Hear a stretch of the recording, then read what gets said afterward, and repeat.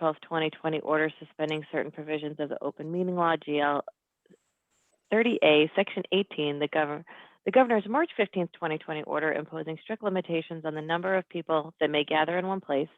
This meeting of the Medfield Warrant Committee is being conducted via remote participation. No in-person attendance of members of the public will be permitted, but every effort will be made to ensure that the public can adequately access the proceedings as provided for in the order. As a reminder, persons who would like to listen to or view this meeting while in progress may do so by following the instructions on the agenda and the meeting notice. So while Nick is trying to get Christine, I think that the basic plan for tonight was I was going to let Christine and Nick do most of the talking about. They have finished all of their budget meetings with the departments, so they will be circulating to all of us over the next couple of weeks everybody's budgets because they have been submitted to them. I don't think the Google Doc that had been started to be made for the spreadsheet has been updated yet, but because we kind of want to talk about in a large picture the badness of the numbers rather than sharing it in actual numerical form to freak everybody out first. So I think that what they're going to walk through that, and I can also, along with Christine and Nick, give an update as to what the status of the capital budget meetings are, because we did have 2 of them since we met last, and then I know that Jeff and Mike have given their first pass of the budget, I think, anyway, to the school committee last week, so we can talk about that too. Basically, to just try to get everybody on the same page so we can start next year with a little bit of information. So, on that note, Christine and Nick. It's been a day, people. Okay, so my Zoom account now hates me, apparently. That's not friendly. No, it's not. Okay, why don't we, if you want to bring up, this is super brief, just the slideshow. I'll start giving you just some background of where we are. Thank you. So tonight I just want to take a look at 1 second. I never told everybody that this is being recorded. I need to say that. Okay. Okay, this is being recorded. Now go ahead.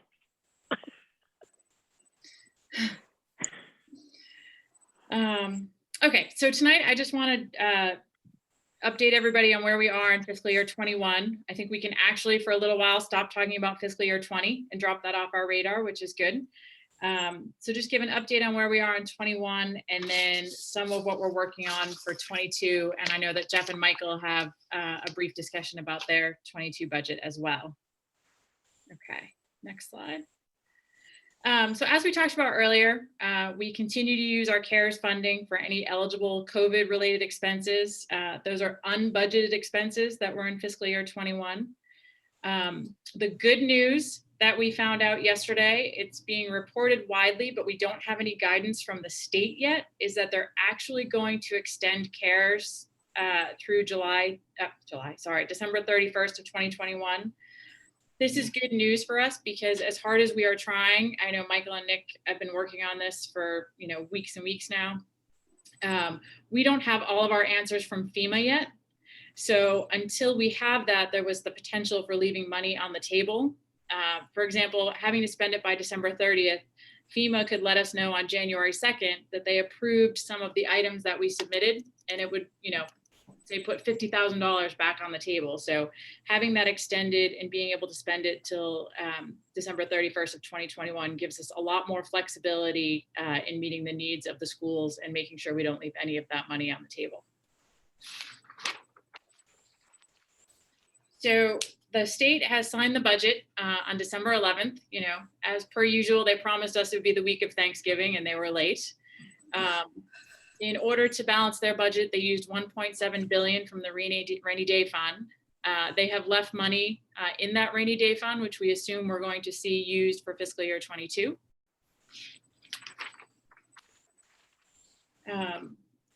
I know I heard you talking as I was trying to get on, that we do have federal stimulus package that's been approved. They're telling us not to expect any money for state and local governments specifically until the next administration. But in the meantime, they were able to secure funding, particularly in Medfield. There's $54 billion for K through 12 that's available. We're assuming, and Jeff may have more information on this, I haven't seen anything yet, what the formula will be used and what Medfield's percentage of that $54 billion will be. And again, they've extended CARES through December 2021, and we're hoping to Maybe we'll get a whole billion. You know, a girl Positive thinking, people. Positive thinking. So as we start to look at fiscal year 22, the state is working on it as well. One of the things I want to caution you with, it's hard this year to find guidance. And if you read the quotes that Nick included in here, it doesn't give us a lot of confidence when the Secretary of A&F basically is hoping for federal money. So that doesn't give me a lot of hope in planning for our budget. And the DOR is telling us we could see anywhere tax revenue decline of 1% to an increase of 8.8%. So that's telling me they're not exactly sure where they're going to come down on our state and local aid. And I'm not sure when we can actually expect that. And part of that will drive, the deadlines on this budget, because we're not going to have that for a while.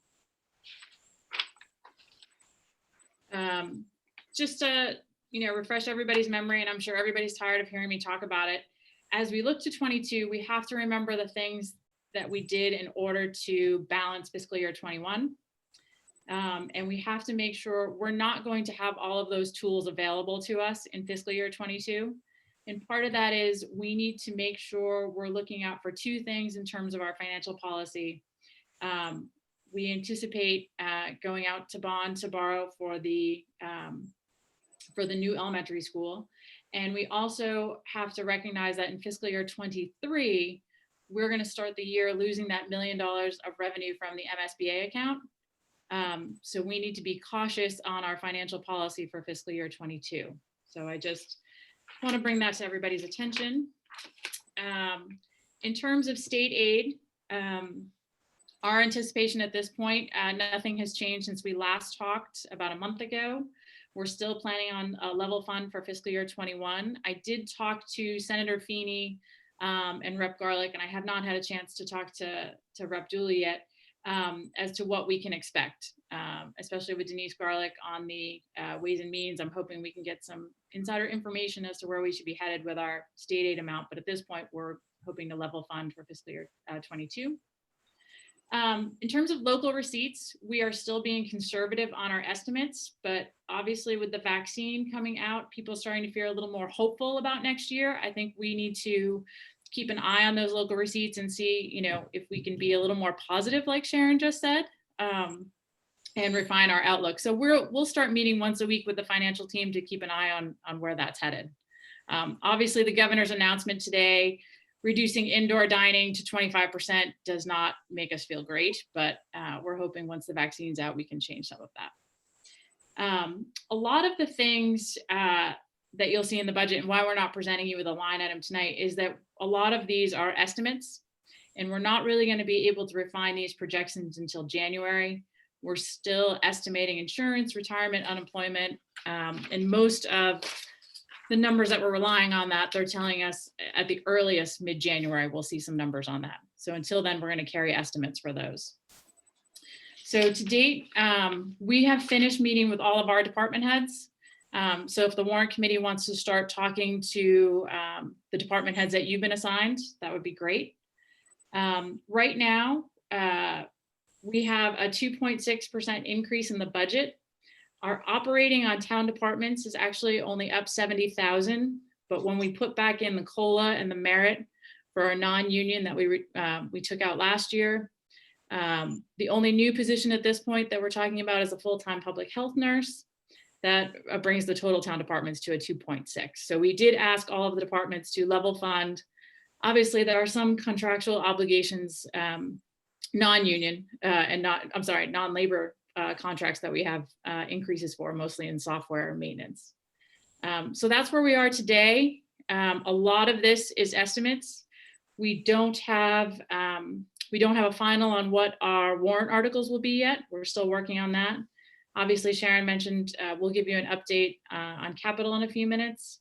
We still have police and fire contracts that expired at the end of fiscal year 20 that we're in the process of negotiating as well. So we still have a lot of questions to answer as we move forward, and we're trying to answer them, as quickly as possible. But I still think we're going to have a lot of question marks going into January. One of the biggest things we have to look at in fiscal year 22 is capital. Obviously fiscal year 20, we had no capital funding. Last year, we were at a minimum, and we had to lease our vehicles in order to move forward with the fire and the police trucks. So I think capital is something that we can no longer put on the back burner. And I know it's a difficult fiscal year this year, and I just told you how difficult it's going to be next year, but we can't keep moving these things down the road without funding them. We're going to seriously put the town, there's some liability issues that we're facing in that capital budget. But I'll let Nick and Sharon give you an update on where we are in capital. Do you want to go through your spreadsheet, Nick? And then I can just second. give color on what people said at the meeting for whatever people have questions on.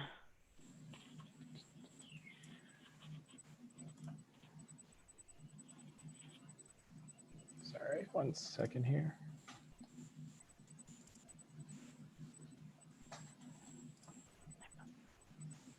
So as Christine and Sharon indicated, we have been having some capital budget meetings with department heads and with the committee just to talk about goals for fiscal 22. We have refined the project list and plugged in some cost estimates for 22. And one thing to keep in mind is kind of a big picture thing is that we had been looking at some leases for equipment, and we ran a question by our financial advisor about what to think about in terms of leases. Is there a number that we should be looking at, a number that we should think is too high? And the recommendation, or one idea that came back, is just in keeping in mind where the interest rate market is right now, to actually look at bonding some of our bigger capital items to take advantage of what they had indicated were extremely low interest rates, some as low as 0.5%. So when you're talking about 0.5% on some pretty large equipment, then that that becomes a big time savings in what has been a very advantageous interest rate market for municipalities. So the Capital Budget Committee has created a list, keeping in mind that interest rate environment, and maybe we can go get a little more bang for our buck than we might in a typical a year. So what you're seeing is some large equipment, such as a second fire engine, which is replacing another early 90s truck, another brush truck for the fire department, which would be replacing a 1980s vehicle. The other larger equipment is we're looking at a couple of pieces of equipment for DPW, which again are early 2000s vehicles. And then lastly, on potential borrowings, we are looking at maybe doing an ambulance if we can make the funding work out of the ALS revolving fund and the ambulance revolving fund.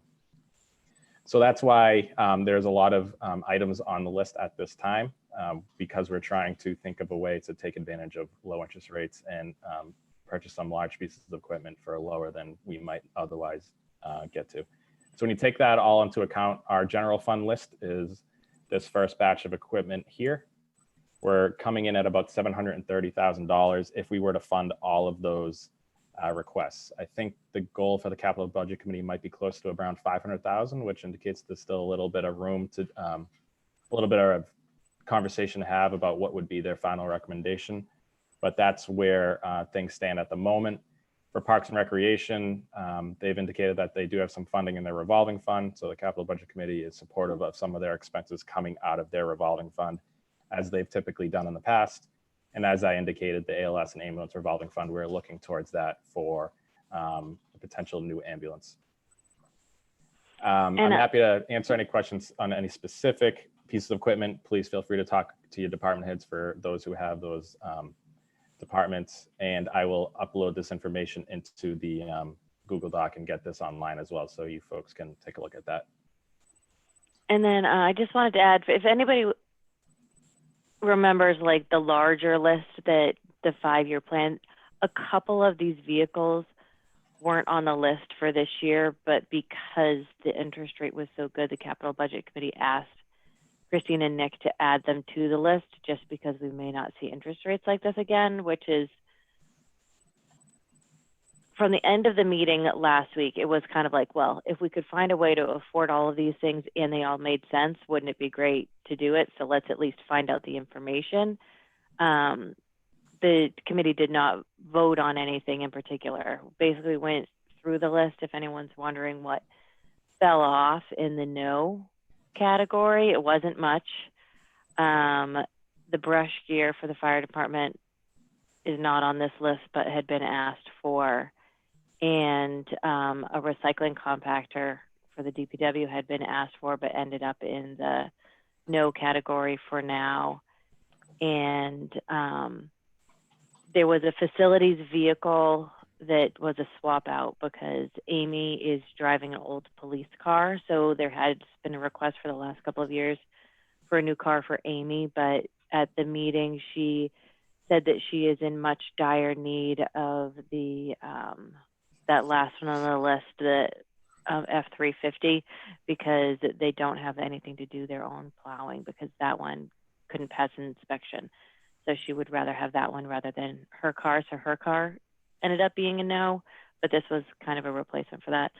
And then the athletic field lighting also fell in the no category. There was a new portable radio system for the police that's a more urgent need that is not on this list, but a discussion has been had about how to try to get that funded right now rather than waiting. So even though it's not on this list, it's not because it's a no, never. It's a because we don't think we can wait. And then the only other change to a request that's on here is the you'll see the schools was at 325. The number right here is 100. I apologize because Michael and Francesca wasn't at the last capital budget meeting when this discussion took place, but to just kind of give a 30-second recap on what happened was we had had a meeting the prior week where Owen went through all of the different uses for the funds. It's a variety of different needs for that involve Chromebooks, and some were projectors. And the idea that came up was because it was such a dire year, we had to think about where we were going to draw the line. So a discussion ensued about potentially drawing the line at what is state mandated in terms of Chromebooks versus programmatic choices of the school committee on Chromebooks. And so based on what Owen had gone through the week before, saying how many Chromebooks were going to be at end of life and what that would leave them with, you take the number of Chromebooks that was mentioned for needed for MCAS plus all of the Chromebooks that are in computer labs and classrooms, and what did you need to actually replace in order to keep all of the state mandated things plus the things in the classroom, and plus the projectors, sorry. The rough math that was done put that number at 100 versus a discussion that happened that put it at close to a 0, because if we had one side of the opinion that was discussed was if we have enough to do state mandate, then maybe in a bad budget year, we shouldn't be doing anything but state mandate. And that number was close to a 0. So this 100 was kind of the placeholder for if we could cut back, knowing that we hadn't had that discussion with Mike or Jeff yet, so, or anybody from the school committee. So this is just a number that's here and will become a further discussion at future capital budget meetings, but just to give some background. Christine and Nick, do you have any other, or does that pretty much cover what? No, I think that covers it. I think one of the issues were 2 or 3 of the trucks were a fiscal year 23 request, and that's why they got folded into fiscal year 22 if we were going to borrow. The question was, well, the concern was with the interest rates so low now, let's take advantage of the borrowing for them and not wait until next year. But they weren't, 4 or 5 years out and we're moving them up. They were within the next year or two, and that's why they got moved up to that list. Right. The only other context I'd add is some of this equipment is because of lack of investment in capital in recent years. For example, 3 police vehicles after 3 last year might stick out as a little odd, but this is another catch-up year for the police department. The goal would be to be at 2 next year and then 1 thereafter. Same with the fire department, where we're trying to replace some very old equipment. But these engines should last 20 and potentially more years. That brush truck should last 20, potentially more years. So the goal is to invest in this equipment now. So we're pushing away some future needs, and we're catching up from where we should have been as well. So Nick, I have a question on that first one, engine 3 lease payments. Says currently leased. Is that the one that we approved last May? Correct. So the 728 just, figure includes leases from last year, which is engine 3, and then 3 police vehicles. And the 3 police, okay. Correct. So that's not, oh, okay, then the 3 new ones are below that, I see. Right. Okay. Yeah. So like those 2 numbers are non-negotiables. Right. So like we have Right. to do those. No That's choice. right. Okay. Everything else in here is negotiable. And I will say that, like, you know, somebody like Mo will give you his priority list of what he wanted for vehicles.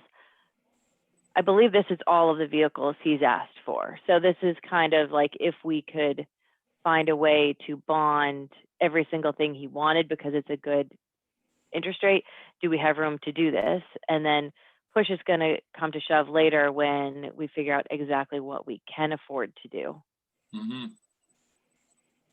But I think for anybody that wants to go back and talk to their departments, this is kind of where the capital budget committee is at the moment. And then when we meet again in January, it will be to go over what Nick and Christine and the financial team have been able to come up with how the bond would work, because we've had 0 discussions about whether or not we think this $730,000 can be put into the budget somewhere without causing major catastrophes in other budgets or anything. Ultimately, Sharon, ultimately the goal is to create the capital stabilization fund that we started talking about last year. Right. We're still investigating ways in which we can do that this year without asking the voters for an override this spring. Right. So let me understand. So the 730,000, many of these vehicles, that's just 1 year of lease payments, correct? That's Right. right. Yeah. Yeah. And are all of these replacements, or are any of these additions to the fleet? Nothing on this list would be an addition. It's all replacement vehicles. They're all replacements. Whoop. Here, shut that I like off. whoever's ring that is good.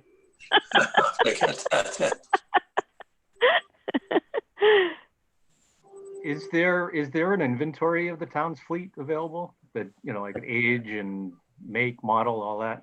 Yep, I have that. If Jeremy, you're looking for that. Yeah, you know, you mentioned the police vehicles. It does seem, you know, there was 3 last year, 3 here. There's also an animal control officer vehicle. It's it'd be interesting to see what the active fleet is and what Sure. that level needs to be. Okay. For the facilities pickup, if that's going to plow, definitely check into the F-350. Make sure it's big enough and it's going to last for you. Okay, I'll You ask. generally Yeah, I don't plow think- with anything smaller than a 450. I think Amy was talking about they had been using a 250, which is, she was definitely said it was not working for them. And I'm sure Mike would say the same. 350 for municipal plowing is still, it's better than a 250. Yeah. Look into the use. Okay. Get something big enough so it'll last. Is there a way to calculate what the incremental cost is for the short-term resolution of leases and such? In other words, this is an alternative to what was you mentioned in terms of the setting up the fund separate for capital. But I mean, as we keep on kicking the can down the road, I mean, the alternative is a more expensive alternative, right? Much so. Yeah. Yeah. And when we say, and so, is there a way we can kind of ascertain what that incremental cost is? Because if we're, I mean, clearly, I understand all the dynamics of the reluctance to go for an override, but if if we keep burying costs inside the operating expense, which is being pushed already, it might be helpful to see what that incremental cost is. We can get that for you.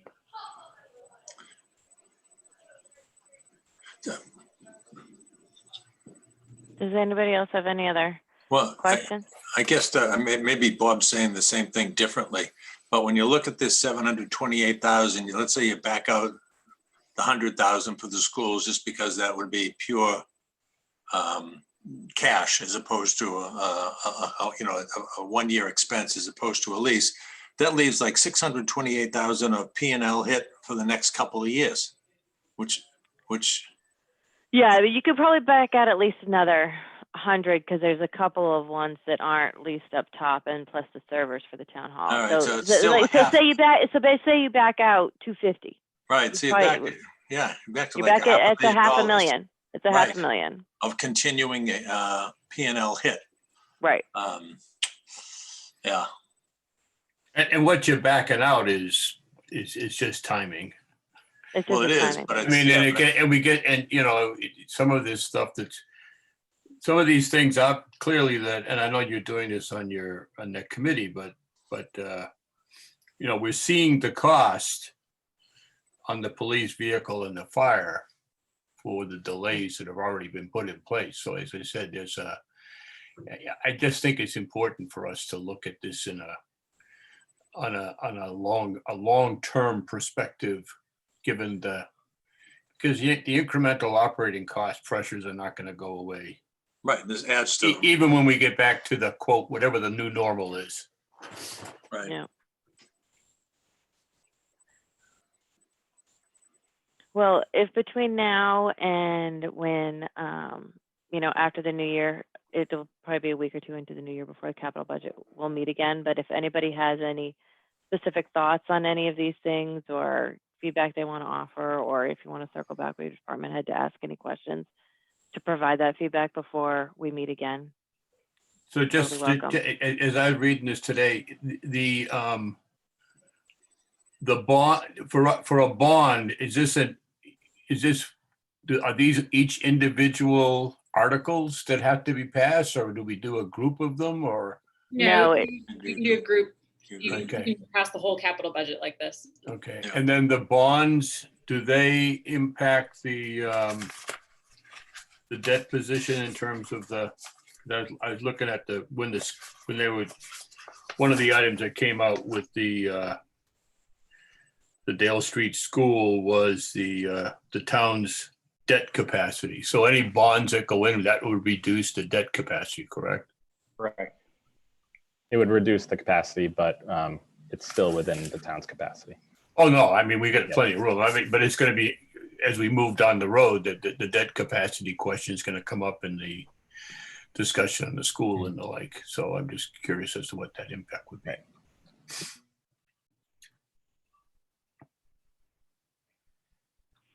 Does anybody else have any other questions about capital?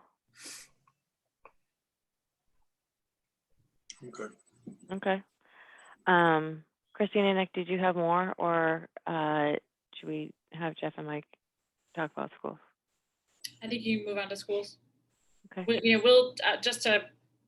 we will try and get you more updated information as it comes in.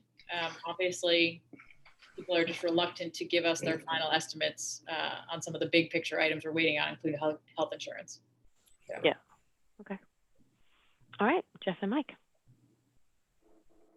Hi, everybody. Hope everyone is doing well. We had our school committee meeting last Thursday, and as we typically do right prior to our winter break, we provide the initial budget draft for the school committee to take a look at. So, Michael, do you want to share your screen? We're only going to do a few slides. We have maybe 10 slides, and we're just going to maybe focus on 2 or 3 of them. Sounds good. So that way we don't have to go through all of them. But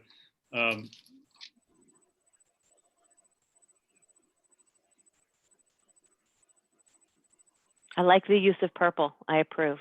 there you go. You did that on purpose, didn't you? We tried to mix it up a little bit this year. So, Mike, if you could go to the budget process piece. Yep. Thank you. So typically what we do, and we really start at a zero-based budget, we ask our principals and department chairs to develop a budget that they think of need. However, we did give them strict, I think, directions this year, basically saying, don't ask for anything because we can't afford it. And that was kind of our message, and we were very clear with that.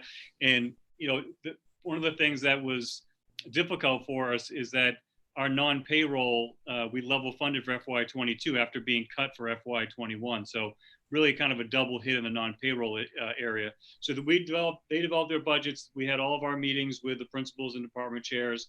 And then Michael and I developed this initial budget. And as I always remind people, this is our first pass, our draft. It's the first look at some of the needs, some of the wants, but also, you know, some of the salary increases that tend to come up based on steps, lanes, and those kinds of things. So we refine that as we go along, but this is our first pass at that.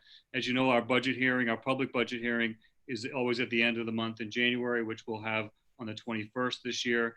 And up until that point, it's Michael and I, we do the budget. It becomes the school committee's budget at that point, once, you know, they vote to approve that, or if they vote to approve that at the public hearing. Michael, can you go to the next one? I think it was what the increases were. We'll skip through the other stuff. So you'll see that our FY21 was 36.8. Our FY22 initial is 38.3 with a change of 1.4 million, or an increase of 3.9%. I mean, this whole budget driver is all based on personnel. As you guys know, any school department budget is 75 to 82% salaries, and we're no different. So these are all generated, all these increases are generated by our salary increases. If you go to the next one, Michael. So typically, if you've been following our budgets, you know, through the years, this particular slide has lots of items and lots of bullet points in there. However, this year, we're not doing a lot. It doesn't really achieve a lot other than what you see. It maintains our current staff and programs. Now, the assumption we made going into this is that we are back in full. So when we talk about current staff and programs, we're not talking about the temporary staff that we've hired just to get open in the hybrid and the extra staff people we have to supervise kids and those kinds of things in the hybrid model that we have now. We are making the assumption that we are back into school full-time in normalcy. This budget also includes the steps, lanes, longevity, and increases for units A and B. So those of you know that don't know, the teachers' contract, the salary structure is a steps and lanes, so that teachers get a step increase based on years of service, and then a horizontal lane if they accrue another degree or additional credits, and then a cost of living is on that as well. So that's not a Medfield contract thing, that's everywhere. That's the way teachers' contracts are structured. It also funds our other collective bargaining agreements that we have with secretaries, custodians, and cafeteria and food service. We're actually negotiating those right now, but we have a placeholder in the FY22. We level funded all of our non-personnel lines. You know, one positive thing that came out of this was we just opened our transportation bid for 3 years. So 4 years ago, because we did an extra year in this particular contract.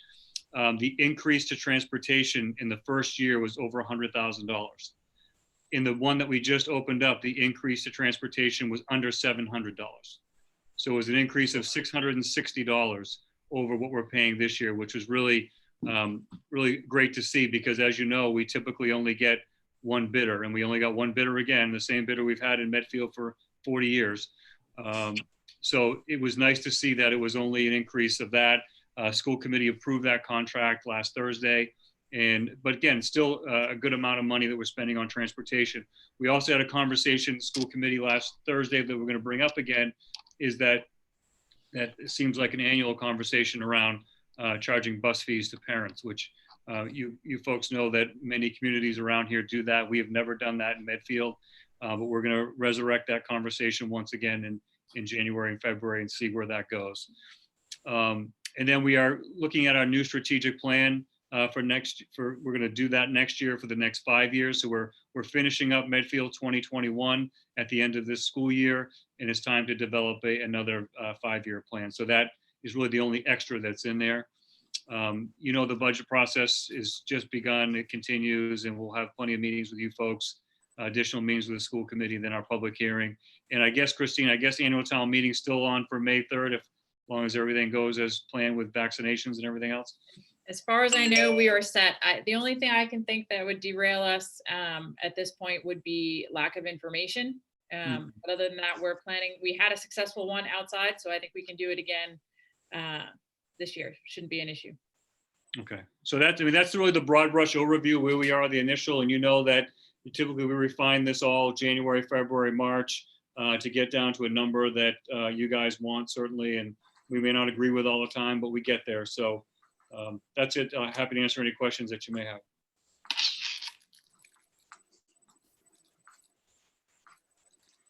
I don't have any specific questions. Does anybody else have any specific questions? Jeff, the only thing I was going to add is Jeff, myself, and Owen are going to sit down again because we, I should say, our capital fund was cut due to computers. We will have to increase our operational budget to accommodate classroom sets that have to be replaced.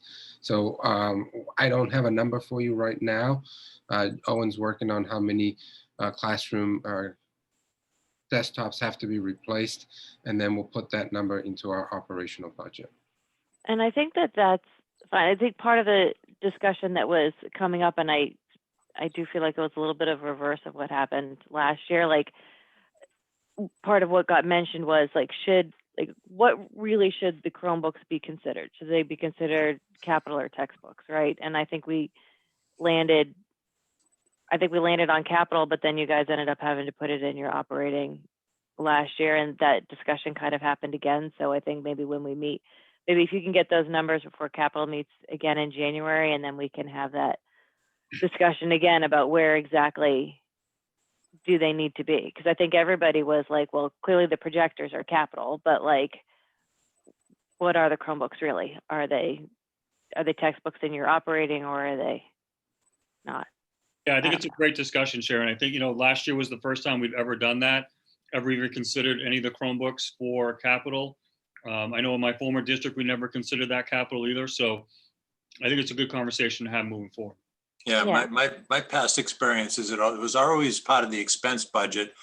And then when we had some major purchase of Chromebooks for testing purposes, then we went to capital. So I think it can be in both places. I think whenever you have a major purchase, you can put in capital. Yeah, and I think that one of the, and I hope I'm not speaking incorrectly as to what was said last Thursday, so Christine and Nick can correct me if I'm wrong. I think that part of where the Chromebook line was getting drawn on Thursday was all of your ones that are state mandated that have to do with MCAS, maybe those are capital, and all of the ones that you're using for the kids to take home and whatever else, maybe those are more textbook ones, and then it gets split into the two buckets. Classroom computers would be expense, right?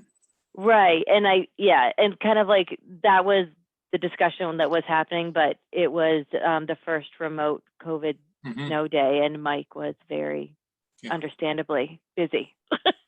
So that's why that's honestly one of the large reasons why we didn't vote on anything on Thursday, because we just wanted to be able to get somewhere, and then we'll get further in January after everybody can talk about it. I think it's a good idea to have that conversation. And remember last year, it was more around what the definition of what capital was going to be in the financial documents for the town, and whether or not we interpreted it one way and Right. towns might interpret a different way. So I think we should probably clarify that, because we built this initial budget with the understanding that they were all going to be capital like we were told last year.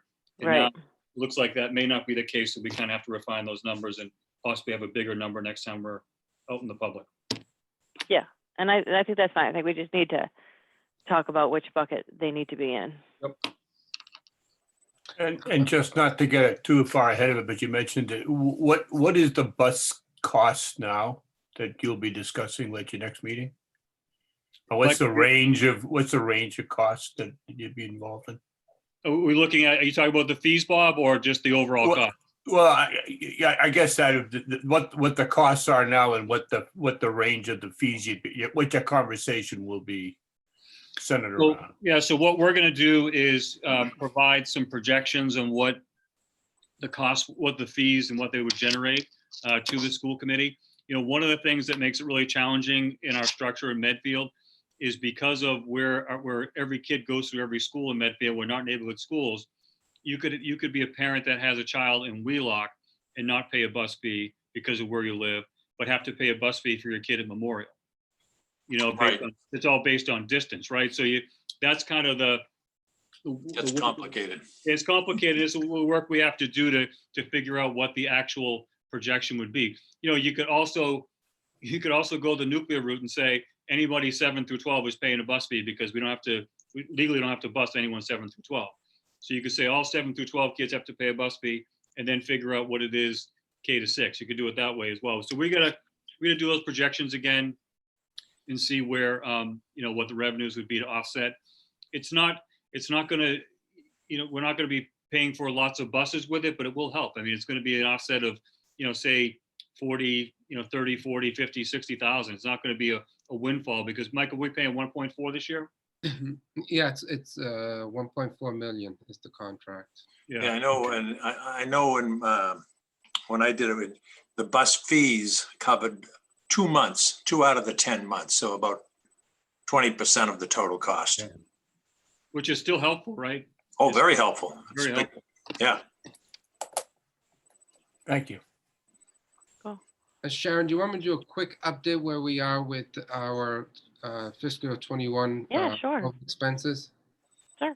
So as you know, we got the Grant 102, and then we have the CARES Grant Act that we've been using for our expenses.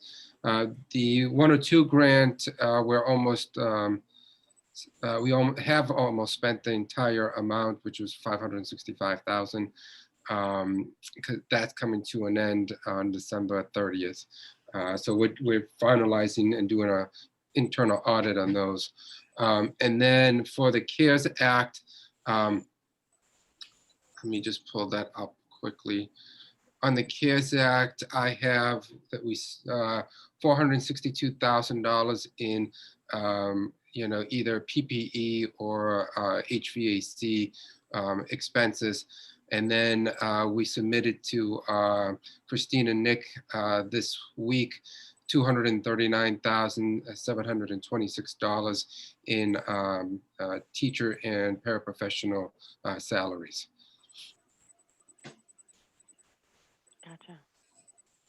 So Christine, I know that you had said that the CARES gave us longer. Like, do we have more that we can use, or have we used? Because I know we were shooting to try to use all of it up by the end of this year because we were afraid of that. Did we, or do we actually have stuff that can go? No, we will have additional money to spend now that it's been extended. Yeah. That's good. And is it possible to say what proportion of that is schools in town, or is that just too early to tell? I don't think I can give that to you tonight. Yeah. No, I wasn't specific, but just kind of a range in terms of looking at the school going forward. I mean, Christine had mentioned 100% to me to the schools. I don't know. I just. So I can tell you. Christine's going what? Jeff is just trying to help you, Christine. Yeah. Take a little bit off your plate. That's You're right. like 750%. I think that's So I can say, Bob, I can say right now that I believe the town got 1.1 million, and 50% of that has gone to the school department. Yeah. One of the struggles in spending it down was the requirement that you had to have materials on site by December 30th. Right. And only being able to, originally it was, you can have your PPE for schools through the end of the year. Then they came back and said, well, actually you can only have 2 months supply on hand at any given time. So, it would be nice to have that. It's nice to have that extension so we can properly spend that money instead of racing to find things just to fit the December 30th deadline. So, Right. Well, that's good. Right. yeah, I mean, it really makes sense. I said to somebody, it sounded like it was a rational thought, but they said they don't care what kind of thought it was, as long as it works. Sounds good. So between the 102 grant and the CARES Act, the school department is approximately $1.1 million of additional expenses just for code related. Gotcha. Thank you. Okay. And we're not done. We're not done. We're not done. Yeah, right, Keep exactly. going. So All right. Does anybody else have any kind of greater questions or process things? I know that we jumped right into this, and I do want to circle back to the minutes that Newton sent out to approve, but want to be cognizant of the fact that it's holiday week, and I don't think everybody wants to sit here forever, but I also want to make sure everybody has gotten a decent update so that we can start in January. I just have a process question, Sharon. Yeah. Nick, when will departmental budget sheets be available to us that we can start perusing and discussing with department heads? I have them. I will get them out to everybody, and I'll just let you know the best way to access them. Thank you. Yeah, we had a little discussion yesterday about the best way to get it to everybody since it's like so many separate files. So Nick's we'll get him out to everybody so that we can get that moving. Excellent. Okay. All right. Well, if nobody else has any other questions, I think that, Jeff and Mike can come home unless you want to hear us approve a set of minutes. Everybody, thank you. Have a Thank good you. holiday. Have a good Well, Christmas. Yep. Here, guys. Thank you. Newton, off the top of my head, I read your minutes. I can't remember the date of them. So I don't. November 17th. Thank you. So did everybody have a chance to look at the Mhm. the minutes from the fastest warrant committee meeting ever? Nice. Hey, and we're up to date as well in terms of all our minutes being posted. Thank you, Nick. See? We're good. This was a 7-minute meeting and it still required 2 pages of minutes. So I thought that was good. Does anybody have any questions or changes before I entertain an motion on the minutes? Okay, seeing none. Newton, do you have a motion? I move that the minutes of the November 17th, 2020 warrant committee meeting be approved as written. Second. All right, so roll call. Ed, Yes. Bob, Yes. Newton, Yes. Christine, Yes. and Jeremy. Yes. And I vote yes. And that's it. And so I'll check in with Christine and Nick to see when the selectmen are meeting in January so that we don't conflict with them. And I'll just circulate an email about picking a time, unless you happen to know off the top of your head, Christine, if we can. They are meeting on the 5th and the 19th. Okay. So are people tentatively free on the 12th? Do we want to pencil in the 12th? Sure. And everybody's robust social calendars Mhm. as we enter 2021? Okay. All right. Well, why don't we pencil in that we're going to be on the 12th, barring any other issues? Okay. All right. Okay. Okay. Do I have a motion to adjourn? Motion to adjourn. Second. Second. Okay, second. All right. Ed, Yes. Bob, Yes. Newton, Yes. Christine, Yes. Jeremy? Yes. And I'm a yes. And see, and I had told you all that if we wait until 9, I would lose my patience, and it's not even 8.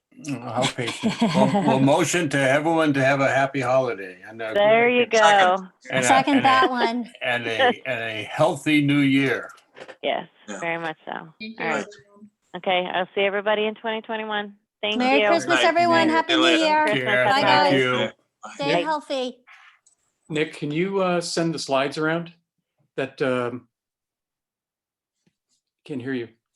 Yes, I can do that for you. Okay, because I didn't take I'll have good them notes, posted but on the I'll website. excerpt them. Yeah, and I can send them to you as well. Thank you. Now, and Nick, last year you just had the books down at the town hall to pick up. Is that something we might